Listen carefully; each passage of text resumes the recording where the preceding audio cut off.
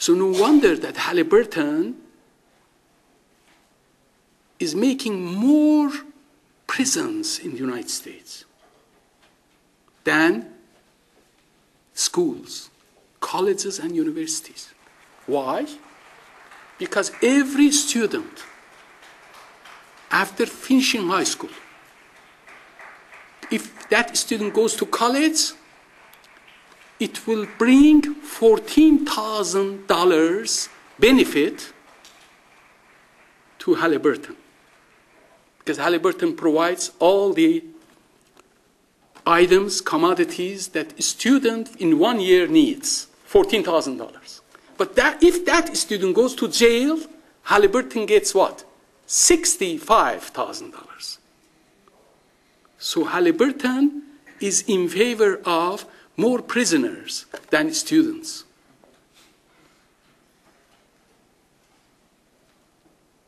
Halliburton does not like you to come to the United States legally. They hate you. If you are legal, they hate you. They want you come illegal. Their lawyers then jump on you and say, well, you know, I am protecting your rights.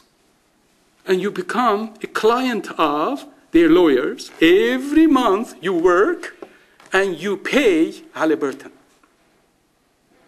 So Halliburton benefits a lot from war. Every commodity that in the United States is $4, $6, $7, they triple it and sell it to American military staff members and military forces in those countries. And who pays to Halliburton? People, taxpayers in the United States. Not multimillionaires, not corporations. They do. I think for the time being, that's all. Thank you for listening.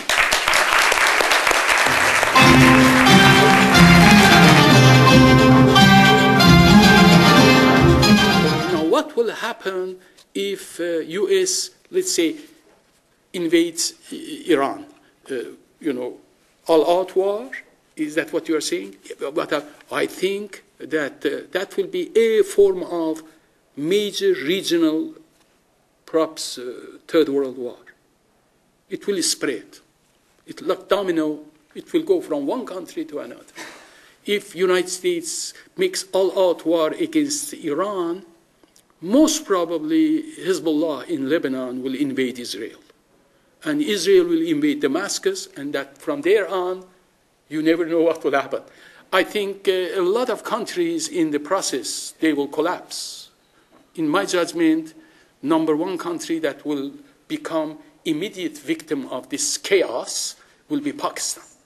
You know, the lack of armed forces or lack of recruits, soldiers, let me tell you something that at this point, new cons are working on a bill to present to Congress of the United States about privatization of defense forces. So if that bill passes through and becomes a law, then U.S. permanently will solve the problem of shortage.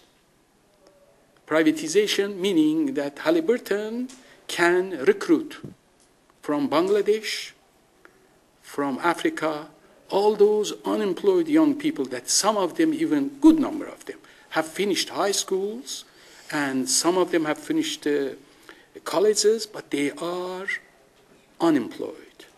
So Halliburton, Unocal, Royal Dutch Shell, all of them, you know, I'm just giving one by one, they can recruit great number of people throughout the world today. In other words, outsourcing is rapidly increasing in the United States. In the era of Vietnam War, when you said U.S. military forces out of Vietnam, it was complete. Why? Because during Vietnam War, every American soldier in Vietnam was American soldier drafted, sent to Vietnam by U.S. Department of Defense. But today, in Iraq, we have 135,000 American soldiers who are officially American soldiers. But then we have exactly the same number, 135,000 armed men whom we don't call soldiers. They are called what? Contract workers, mercenaries. They are not employees of Defense Department. They are employees of Halliburton and Blackwater, Exxon, Shell.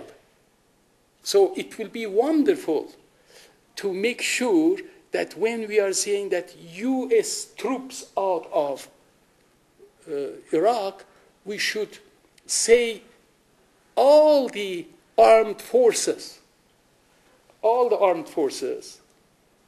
of Iraq. Okay, thank you so much. I can't take any more questions. We are out of time. Thank you so much.